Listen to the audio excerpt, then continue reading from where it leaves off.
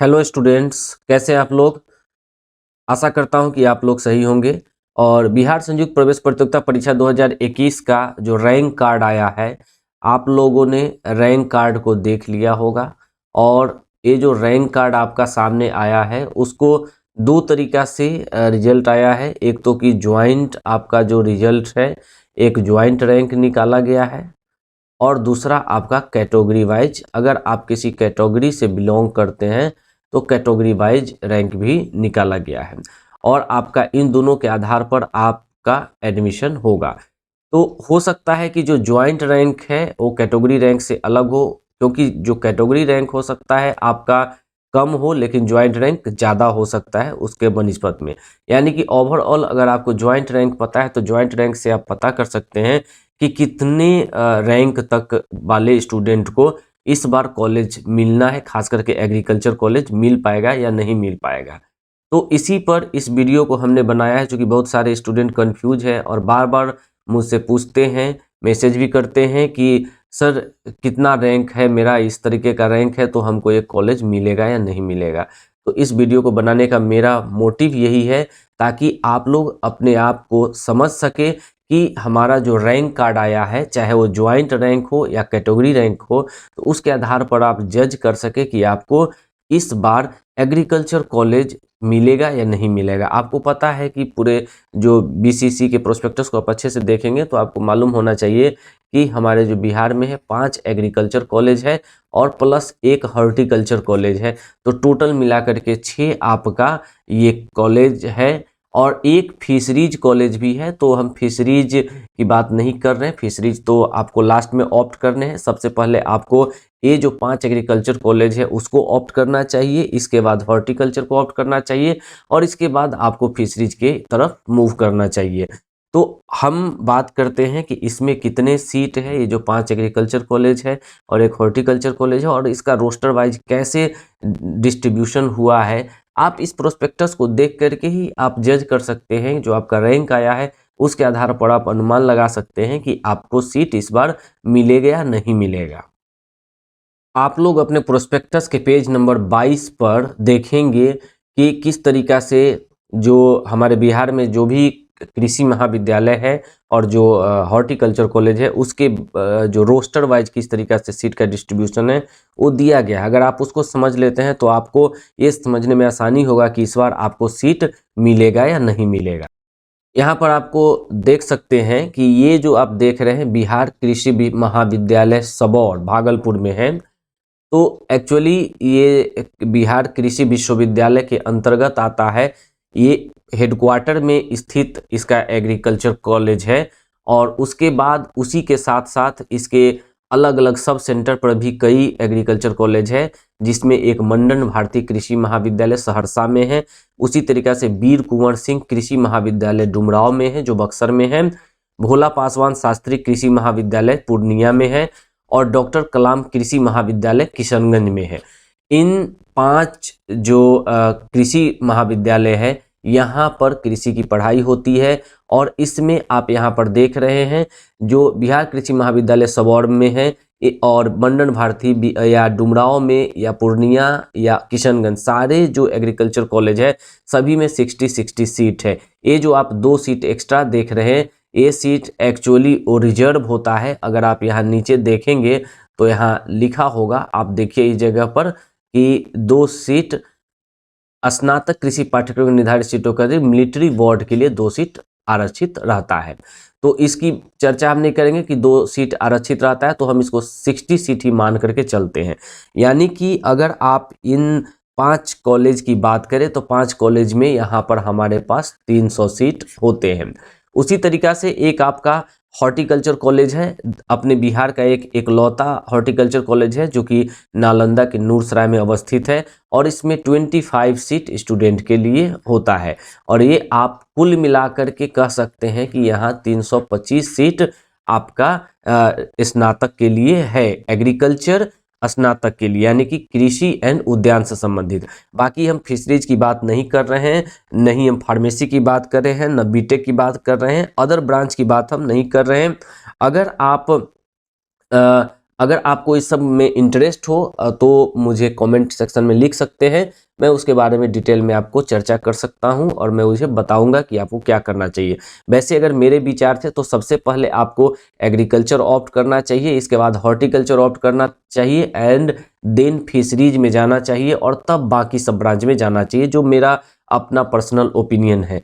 तो आप यहाँ पर देख सकते हैं कि जो रोस्टर वाइज जो टोटल सीट है, यानी कि जो यहाँ पर आप देख रहे हैं ये कुल सीट, यहाँ पर आप देखिए, इसको अगर देखेंगे ध्यान से, थोड़ा सा इसको छोटा कर लेते हैं तो ज़्यादा क्लियर हमको समझ में आएगा। देखिए यहाँ पर कुल सीट जो है वो क्या है कि 60 है। थोड़ा सा प्रॉब्लम हो रहा है यहाँ पर, हाँ ये देखिए, तो ये कुल सीट यहाँ पर 60 है। तो अगर बिहार कृषि महाविद्यालय सबौर की बात करें तो यहाँ पर 60 सीट है और इसमें से भी आपको देखना होगा कि जो 15% सीट है वो आईसीआर के तहत, कोटा के तहत चला जाता है। यानी कि जो भी आप लोगों ने आईसीआर का भी एग्जाम दिया होगा तो उस आईसीआर के तहत 15% सीट को भरा जाएगा। तो आप यहाँ पर देख सकते हैं कि किशनगंज में जो कॉलेज है डॉक्टर कलाम कृषि महाविद्यालय, इसमें 0 सीट आईसीआर के अंतर्गत जा रहा है। यानी कि आपको यहाँ पर देखेंगे तो 9 चौक 36 एंड 4 40, तो ये 40 सीट जो है यहाँ पर आपका आईसीआर कोटा में चला जाता है। तो अगर आप यहाँ 325 सीट में से 40 सीट को घटा देते हैं तो 12 में से 4 गया तो 8, यानी कि 285 सीट ही आपके पास रह जाता है, जो कि बीसीईसी के द्वारा भरा जाएगा। यानी कि यहाँ पर आप कह सकते हैं कि 285 सीट का डिवाइडेंड होगा बीसीईसी कोटा के तहत। अब आप यहाँ पर देख रहे हैं कि बीसीईसी में जो आपने एग्जाम दिया होगा, इसके 2 ग्रुप बनते हैं। एक तो एग्रीकल्चर वाले होते हैं जो कि एग्रीकल्चर से देते हैं, जैसा कि आप यहाँ देख रहे हैं, chemistry, biology and agriculture, and दूसरा होता है physics, chemistry, math and biology, यानी कि पीसीएमबी ग्रुप या पीसीएम पीसीबी ग्रुप कह सकते हैं। तो इसके अंतर्गत सीट रिजर्व होता है। आप यहाँ पर देखेंगे, यहाँ पर आइए, टोटल, चूंकि ये तो कैटेगरी वाइज यहाँ पर सीट दिया हुआ है, तो हम यहाँ पर आते हैं। अगर आप टोटल की बात करेंगे तो टोटल 27 सीट जो है, 27 सीट आपका पीसीएमबी ग्रुप के अंतर्गत रखा गया है और जो 26 सीट रखा गया है वो केमिस्ट्री, बायोलॉजी, एग्रीकल्चर, यानी कि एग्रीकल्चर वालों के लिए रखा गया है। और इसमें यहाँ पर आप देख रहे हैं 7 और 6 13, इस तरीका से अगर जोड़ दें तो 3 और 2 2 4 1 5, तो 53 सीट यहाँ पर इस तरीका से होता है। चूंकि हम यहाँ पर सीट जो है 9 9 18 सीट हम इसको निकाल चुके हैं आईसीआर कोटा के तहत। तो अब ये जो 27 और 26 सीट हो गया, ये हमारा बीसीईसी के तहत भरा जाएगा और इसी टोटल सीट को फिर कैटेगरी वाइज भी डिवाइड किया जाएगा, जैसा कि आप यहाँ देख रहे हैं। क्योंकि हम लोग जानते हैं कि 40% जो है रिजर्वेशन, जो अंडर अनरिजर्व कैटेगरी के अंतर्गत जो 40% सीट है उसको रखा जाता है। तो 27 का अगर 40% आप निकालेंगे तो लगभग 10 के बराबर आएगा। 26 का भी अगर 10% निकालेंगे तो 10 के बराबर आएगा। यानी कि 10 सीट पीसीएमबी ग्रुप के लिए और 10 सीट एग्रीकल्चर ग्रुप के लिए यहाँ रिजर्व रखा गया है। उसी तरीका से अगर अनुसूचित जाति की बात करें तो आप जानते हैं कि 16% रिजर्वेशन जो है अनुसूचित जाति को मिलता है। तो 27 का अगर 16% निकालिएगा तो ये 4 के बराबर आएगा। यानी कि पीसीएमबी एंड एग्रीकल्चर दोनों ग्रुप के लिए 4 सीट यहाँ रखा गया है। अगर अनुसूचित जनजाति की बात करें तो 1% रखा गया है और 1% में यहाँ पर आप देख रहे हैं पीसीएमबी ग्रुप के लिए यहाँ पर 0 आ जा रहा है और एग्रीकल्चर ग्रुप के लिए 1 सीट को रखा गया है। चूंकि 1% है तो 1 सीट आएगा, इसलिए इसको 1 ही रखा गया है। अत्यंत पिछड़ा वर्ग में 18% सीट है और अगर इसको 27%, अगर 5% 18% निकालिएगा 27 का तो 5 सीट आता है और अगर 26 का निकालिएगा तो ये 4 सीट आता है। अगर और इसी तरीका से पिछड़ा वर्ग का है 12% है तो 12% ये 3 सीट पीसीएमबी के लिए और 3 सीट एग्रीकल्चर के लिए आता है। इसी तरह पिछड़ा वर्ग का महिला है जो 3% रिजर्वेशन उसके लिए दिया जाता है, वो 1 सीट को कवर करता है। अगर हम 27 और 26 का 3% निकालेंगे तो 1% आएगा। मिलिट्री बोर्ड दिव्यांग कोटा जो है 1 सीट इसके अंतर्गत रिजर्व किया गया है। उसी तरीका से आर्थिक रूप से कमजोर वर्ग का जो 10% सीट है तो 2.7 यानी कि लगभग 3 के बराबर होगा, 2.6 यानी कि लगभग 2 के बराबर होगा। तो इतने सीट इस तरीका से रिजर्व किए गए हैं। यानी कि टोटल सीट आपका जो है ये 27 पीसीएमबी ग्रुप के लिए हो गया एंड 26 एग्रीकल्चर ग्रुप के लिए हो गया। और इसी तरीका से बाकी कॉलेज में भी, चाहे वो मंडन भारती कृषि महाविद्यालय हो या डुमराव एग्रीकल्चर कॉलेज हो या भोला पासवान शास्त्री एग्रीकल्चर कॉलेज हो या किशनगंज के एग्रीकल्चर कॉलेज हो, सब में डिवाइड किया गया है। और नालंदा उद्यान महाविद्यालय नूरसराय, जिसमें कि उद्यान की पढ़ाई होती है, इसमें 4 सीट आईसीआर के चला जाने के बाद 21 सीट आपका बचता है। और उसका डिवाइडेंस इस तरीका से हो जाता है कि जो अनारक्षित है उसके लिए आप यहाँ पर देखें 11 सीट जो हो जाता है पीसीएमबी के लिए रखा गया है और 10 सीट है एग्रीकल्चर के लिए रखा गया। और उसी तरीका से इसको कैटेगरी वाइज 40%, 16%, 1%, 18% का रिजर्वेशन जो कैटेगरी वाइज है इसको दिया गया है। तो इस तरीका से आप देख रहे हैं कि इस तरीका से कैटेगरी वाइज एंड जो टोटल सीट का डिवाइडेशन किया गया है। तो निश्चित रूप से हमारे जो बिहार के कॉलेज में है बहुत कम सीट है और बनिस्बत हमारे जो स्टूडेंट है उसके तुलना में सीट काफ़ी कम हो जाता है। तो किस स्टूडेंट को कितना उम्मीद किया जा सके कि उसको कोई एग्रीकल्चर कॉलेज मिलेगा या नहीं मिलेगा, तो आप निश्चित रूप से अनुमान लगा सकते हैं। चूंकि यहाँ पर 285 सीट है और बहुत सारे स्टूडेंट हैं जो कि आईसीआर का सीट होगा तो आईसीआर कोटा में भी कुछ निकल जाएंगे, कुछ मेडिकल्स में निकल जाते हैं, कुछ आपका फार्मेसी में चले जाएंगे, कुछ आपका अदर जो ग्रुप्स होता है बीटेक एग्रीकल्चर या अदर ग्रुप में निकल जाएंगे, तो कुछ सीट वैकेंट होता है। और इसी कारण से आप ये अनुमान लगा सकते हैं कि अगर आपका रैंक ज्वाइंट रैंक जो है अगर 500 से 600 के अंदर में है तो निश्चय ही आपको इन सारे एग्रीकल्चर कॉलेज में से कोई ना कोई कॉलेज मिल जाएगा या उसके बाद आपको फिशरीज भी आपको मिल सकता है। ये आपका 500 से 600 ज्वाइंट रैंक होने पर मिल सकता है। ये ध्यान रखें कि ये हम ज्वाइंट रैंक की बात करें, कैटेगरी रैंक की बात नहीं कर रहे हैं। अगर आप कैटेगरी रैंक के बारे में जानना चाहें तो कैटेगरी रैंक में हम कैसे निकाल सकते हैं कि अगर सपोज दैट अगर हम अनुसूचित जाति का ये 16% वाला ले लेते हैं तो आप टोटल अगर आप करेंगे तो टोटल सीट देख ले कि कितना अनुसूचित जाति के अंतर्गत आ रहा है। तो आप यहाँ पर देखें 1 2 3 4 5 6 7 8, तो 8 चौक 32 हो गया, 32 एंड 4 36, 36 से 4 40, अब 5 45, यानी कि यहाँ पर टोटल 45 सीट है जिस पर कि अनुसूचित जाति के स्टूडेंट्स को सीट मिल सकता है एग्रीकल्चर एंड हॉर्टिकल्चर में। यानी कि आपका जो कैटेगरी रैंक है 45 तक अगर है तब तो आप आश्वस्त रहें कि आपको 100% इसमें से कोई ना कोई सीट मिलेगा। लेकिन अगर 45 से ऊपर भी है तो आप मान के चल सकते हैं कि जो आपका 100 तक अगर आपका कैटेगरी में है, इसमें अनुसूचित जाति में अगर कैटेगरी 100 तक आपका रैंक है तो आपको निश्चित रूप से ये सीट मिलने का कहीं ना कहीं चांस रहेगा। भले ही वो सेकंड काउंसलिंग तक भी मिले लेकिन आपको मिल सकता है। उसी तरीका से अगर आप बात करें अत्यंत पिछड़ा वर्ग की बात करते हैं जो कि 18% में है, तो आप यहाँ पर जोड़ करके देख लें कि टोटल सीट कितना है। तो आप यहाँ पर देखें 5 को अगर हम जोड़ते हैं तो 1 2 3 4 5 6 यानी 6 5 6 30 हो गया, 30 सीट ये हो गया। और 4 को जोड़े तो 1 2 3 4 यानी कि 4 चौका 16 यानी 30 और 16 46 हो गया, 46। और यहाँ पर आप देख रहे हैं 2 2 4 यानी कि करीब करीब 50 सीट आपका जो है अत्यंत पिछड़ा वर्ग के लिए है। तो अगर 50 सीट है तो निश्चित रूप से 50 सीट के अंतर्गत आपका आता है रैंक। अगर 50 के अंतर्गत रैंक है कैटेगरी रैंक, अगर ईबीसी कैटेगरी रैंक है तो आपको निश्चित रूप से इन कॉलेज में से कोई ना कोई मिल जाएगा। अगर इसके ऊपर आप देखते हैं अगर सीट खाली होता है तो आपको मुझे लगता है कि 125 रैंक तक जो है आपका इसमें मिलने का चांस है सेकेंड काउंसलिंग तक। और कई बार तो ऐसा होता है कि मॉपअप राउंड भी होता है, जो आप जानते होंगे कि तीनों काउंसलिंग खत्म होने के 3 या 2 या 3 काउंसलिंग जनरली होता है, तो उसके खत्म होने के बाद एक मॉपअप राउंड होता है। उस मॉपअप राउंड में भी आपको सीट मिलने का चांस रहता है।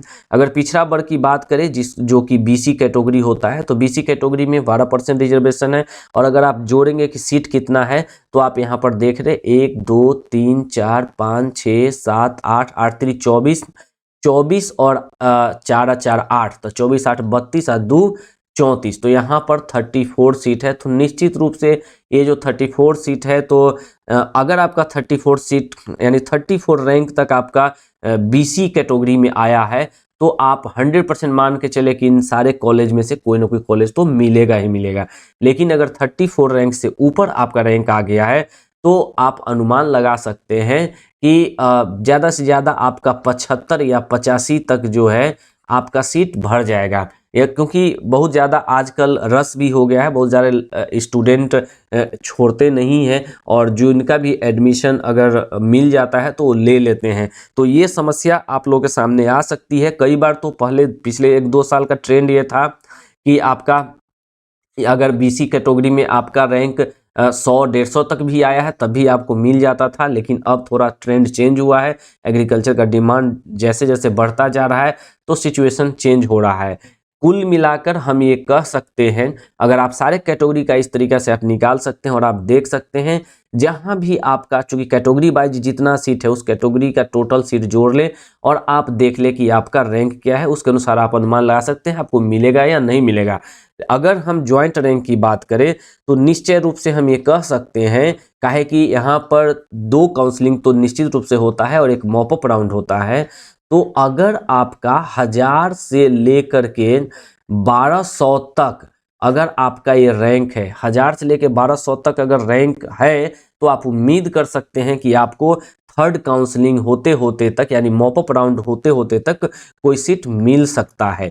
लेकिन जिनका भी 1200 के बाद अगर रैंक आया है या 1500, 1200 या 1500 के बाद जिनका भी रैंक है तो उनके लिए तो मैं यही सलाह दूंगा कि वो फिर से एग्जाम की तैयारी शुरू कर दे, चूंकि इसमें समय बर्बाद करने की कोई आवश्यकता नहीं है।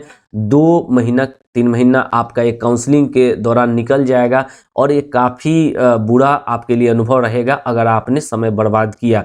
तो हमारा सजेशन यही होगा कि आप लोग इस अगर आपका 1500, 1200, 1500 से ऊपर रैंक है तो आप वेट न करें, या तो किसी अन्य जगह किसी आईसीआर के थ्रू आप देख लें। अगर आईसीआर में आपका रैंक अच्छा आया है तो वहाँ एडमिशन लेने की कोशिश करें। बीएचयू का एग्जाम आपने दिया हो तो बीएचयू का देख ले, या अगर साउथ के किसी एग्रीकल्चर कॉलेज का आपने एडमिशन दिया है तो वहाँ पर एडमिशन ले ले। और एक बात और मैं कहना चाहूँगा कि अगर आप फ्रेश हैं यानी कि करंट में आपने इंटरमीडिएट किया है और उसके बाद आपने इस एग्ज़ाम को भरा है, तो मैं कहूँगा कि आप 1 साल वेट कर ले, तैयारी कर ले, चूँकि यहाँ पर कुछ बेनिफिट्स है इन सारे एग्रीकल्चर्स कॉलेज की, कि इन सारे एग्रीकल्चर्स कॉलेज में अगर आपका एडमिशन हो जाता है तो आपका बहुत मुश्किल से घर से लगभग पैसा न के बराबर लेने की ज़रूरत होती है, क्योंकि सारे केवल आपका एक बार एडमिशन होने के बाद इनमें सारे एग्रीकल्चर कॉलेज में जो है फेलोशिप मिलता है सरकार की तरफ से। आपको पता होना चाहिए कि सारे स्टूडेंट को 2 से 3 हज़ार रुपये पर मंथ जो है स्टाइपेंड मिलता है और हर 6 महीने पर 3,000 रुपये आपको किताब खरीदने के लिए भी दिया जाता है। तो ये सब बेनिफिट है। और आपसे फ़ी कितना वसूला जाता है, मुश्किल से 6-7 हज़ार रुपये आपको एक सेमेस्टर के लिए लिया जाता है। और पहली बार तो पहला सेमेस्टर में आपको 10 से 12 हज़ार लगता है, उसके बाद जो दूसरा सेमेस्टर से 6 से 7 हज़ार या 5 हज़ार के आसपास आपको फ़ी लगता है, यानी कि फ़ी काफ़ी कम है। और इतना कम एग्रीकल्चर का जो फ़ी स्ट्रक्चर आप बिहार के अलावे और कहीं भी जो है नहीं आपको देखने को मिलेगा। तो निश्चित रूप से मैं यही कहूँगा कि अगर आप लोगों का रैंक 1500 से ऊपर चला गया है और कहीं पर इस बार आप एडमिशन नहीं ले सकते हैं तो आप अगली बार प्रयास करें और कहीं पर डाइवर्ट मत हो। अगर आपको कोई और कॉलेज मिल जाता है तो बहुत अच्छी बात है, आईसीआर या किसी अन्य कोटा के तहत अगर मिलता है तो भी ठीक है। अगर नहीं मिलता है और अगर आप फ्रेश हैं तो मैं यही कहूँगा कि आप वेट करें 1 साल और एडमिशन एग्रीकल्चर में किसी न किसी कॉलेज इन्हीं सब किसी कॉलेज में ले, ताकि आप भटके नहीं। बहुत सारे स्टूडेंट प्राइवेट कॉलेज में एडमिशन ले लेते हैं, राजस्थान, महाराष्ट्र और कई जगह मध्य प्रदेश, इन सब जगह पर एडमिशन ले लेते हैं प्राइवेट कॉलेजेज में, और वो ये भी नहीं देखते हैं कि उसका आईसीआर के साथ एफिलिएशन है या नहीं है। भारी भरकम फी दे करके भी बेचारे वो एग्रीकल्चर तो कर लेते हैं, बीएससी एग्रीकल्चर, लेकिन जब उनका नौकरी की बात आती है तो डिग्री ही उसका वैलिड नहीं हो पाता है। तो इन सारी बातों को आप लोग ध्यान रखें और हमेशा अगर जब भी आपको ज़रूरत हो हमसे कंसल्ट करें। मैं यही जो आप यहाँ देख रहे हैं नालंदा उद्यान महाविद्यालय नूरसराय, यहीं पर मैं पोस्टेड हूँ और इसी जगह पर मैंने कई बार यहाँ पर अपने स्टूडेंट को एडमिशन के लिए, जो आपका बिहार के आईएएस भवन में यहाँ काउंसलिंग होता है, तो वहाँ पर मैं पहले गया भी हूँ कई बार, तो मुझे आइडिया है कि कहाँ तक कितना रैंक तक आपका एडमिशन होता है। तो निश्चित रूप से मैं कहूँगा कि अगर आप लोग 1500 से ऊपर रैंक है आपका, तो समय बर्बाद ना करें, बल्कि अभी से तैयारी शुरू कर दें। और आप लोग किसी न किसी गाइडलाइन के साथ, क्योंकि देखिए तैयारी का सबसे बड़ा तरीका क्या होता है ना, कि आपको गाइड करने वाला मिलना चाहिए। बाकी पढ़ाई तो आप ही को करना है, आपके बदले कोई टीचर तो पढ़ाई कर नहीं देगा।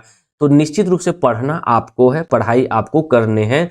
तो आपको किसी न किसी के गाइड में रहना है, गाइडेंस में रहना है, और इस गाइडेंस में रहते हुए अपने लक्ष्य को प्राप्त करना है। तो मेरी शुभकामनाएं आप लोगों के साथ है। बेस्ट विशेज हमारी आप सब के साथ है कि आप लोग का एडमिशन इस बार हो जाए, और जिनका एडमिशन इस बार नहीं हो पा रहा है उनके लिए भी हमारी बहुत सारी शुभकामनाएं हैं। बेस्ट विशेज है कि आप नेक्स्ट टाइम बीसीसी को क्रैक करें और अच्छे से अच्छे रैंक के साथ किसी न किसी कॉलेज में एडमिशन ले। चलिए, अपना ख्याल रखिए। बहुत बहुत धन्यवाद। अगले वीडियो में मिलते हैं। Thank you.